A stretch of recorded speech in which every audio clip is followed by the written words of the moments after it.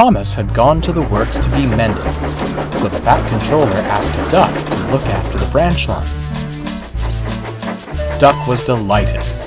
It was a nice change, and he got along swimmingly with the coaches.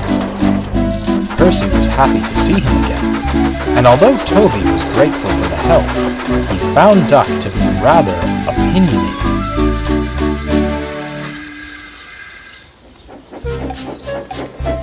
One morning, Toby was bringing trucks from the quarry. Bertie was approaching the road crossing, but to Toby's horror, he wasn't slowing down. The brakes came on, and both engine and bus shut their eyes. They just missed each other. When they met at the station, Bertie was most apologetic. "I'm sorry, Toby," he sighed. "I've got a new driver, you see. He seems to think I can beat you to the crossing." "That's all right," Toby smiled. "I just hope he doesn't put you in danger like that again." "Didn't your driver see the crossing gates, Bertie?" "There are no gates," Toby replied. "It's—" Duck gasped. "How can you run on a line with no gates? It isn't dignified. Otherwise, those road vehicles wouldn't know to stop." "I know when to stop, thank you," scowled Bertie. "It's for your safety as well as ours, Bertie," replied Duck. "Accidents cause problems for all of us. The Fat Controller needs to put up gates at once. You should have asked him to do so ages ago." Toby and Bertie said no more. "I don't believe it, Percy," said Duck. "I never thought Toby would be foolish enough to run on an unsafe line." "The line is safer because Toby runs on it," replied Percy.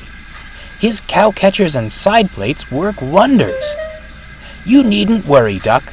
If the Fat Controller thought gates were needed, he'd have put them up long ago." Duck was unconvinced. They were needed, in his opinion. Recently, one of the level crossings had been having issues with its gates. Sometimes they worked as intended. Others, they stuck, no matter how hard the signalman pulled the lever. There hadn't been any accidents, only headaches from the delays, and the engines took great care when they approached.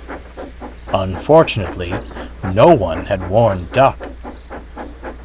The next morning, Duck was puffing happily along. The coaches sang quietly to each other, and Duck was pleased with himself. He passed a level crossing, its gates keeping traffic at bay.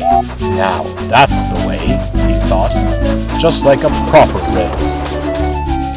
At the troublesome crossing, the cars and trucks had passed safely through. A new signalman was on duty. He pulled the lever and went back to his coffee. He didn't notice the gates had stuck. Duck soon approached the gates, but he didn't worry. They'll open, he smiled. But they didn't. They're sure to open. They have to. Still, the gates stayed shut, and Duck was getting closer and closer. "Stop! Stop!" he cried. His brakes screeched and his whistle blew. Duck sat on the crossing, remnants of the gate clinging to his front. "Oh dear," he blushed.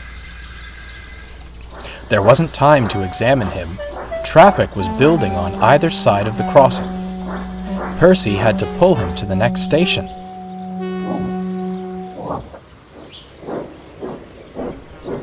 When they arrived, Toby and Bertie were there.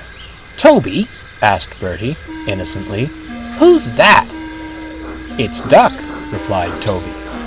"Though it seems he can't decide between pulling a train and being a crossing guard."